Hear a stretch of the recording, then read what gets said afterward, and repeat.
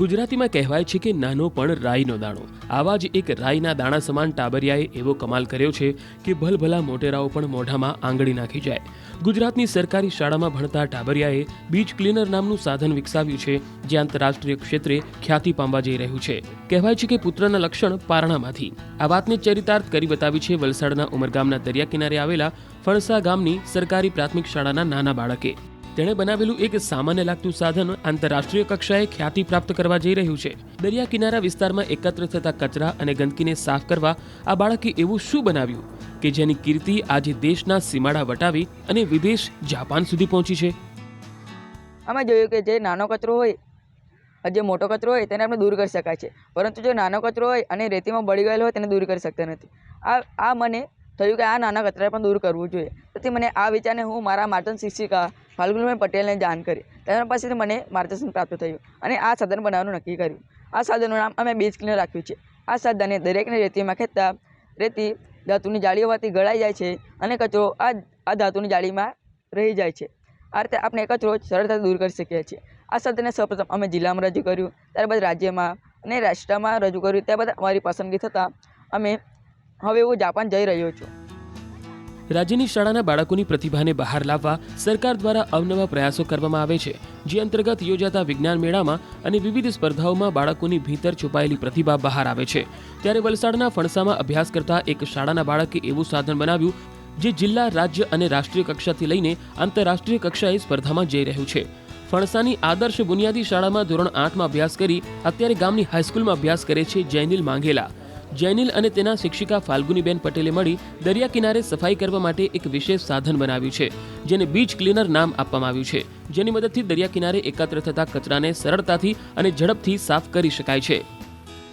અમારી શાળાનો વિદ્યાર્થી જૈનિલ યોગેશભાઈ માંગેલા, જેમણે બીચ ક્લીનર નામનું એક સાધન બનાવ્યું હતું. તેની મદદથી એ દરિયા કિનારાનો જે રેતીમાં ભરેલો નાનો કચરો સહેલાઈથી દૂર કરી શકાય છે. આ કૃતિ સૌપ્રથમ જિલ્લા કક્ષાએ પસંદગી પામી, ત્યારબાદ રાજ્ય કક્ષાએ તેમની પસંદગી થઈ, ત્યારબાદ તેમની નેશનલ કક્ષાએ પણ પસંદગી પામી અને હવે એ આ કૃતિ આંતરરાષ્ટ્રીય કક્ષાએ પણ જવા જઈ રહી છે.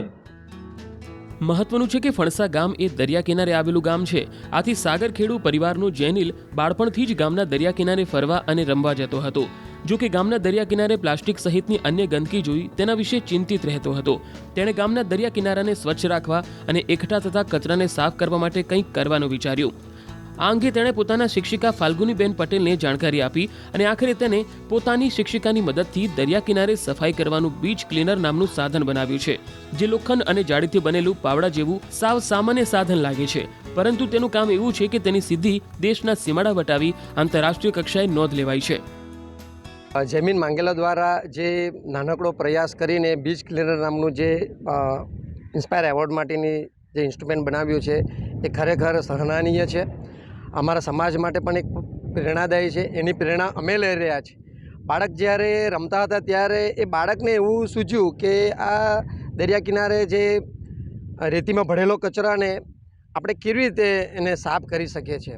મોટો કચરો તો બાળકો સહજ રીતે સાફ કરતો હોઈએ છે, પણ એમને એક સરસ મજાનું એક સાધન વેસ્ટમાંથી બેસ્ટ તૈયાર કર્યું છે અને એમના દ્વારા જે ગળાયેલા કચરાનું પણ અમે અહીંયા સાફ સફાઈ કરી રહ્યા છે. એ બાળકની પ્રેરણા સમાજના અમે માછી માંગેલા સમાજના દરેક ભાઈઓ બહેનો એને લઈ રહેલા છે અને ખાસ કરીને અમે દરિયા જોડે જોડાયેલા હોવાના કારણે માછીમારી રીતે અમારી જે દરિયામાં રહેતી જીવ સૃષ્ટિ જે ખરી એ પણ એ કચરાના કારણે ખૂબ નુકસાન થતી હતી અને હાલમાં આ દરિયા કિનારે પર રહેલો કચરો એ સાફ કરી રહેલા છે.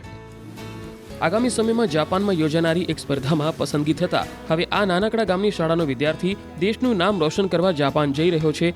તેના આ સાહસને સલામ.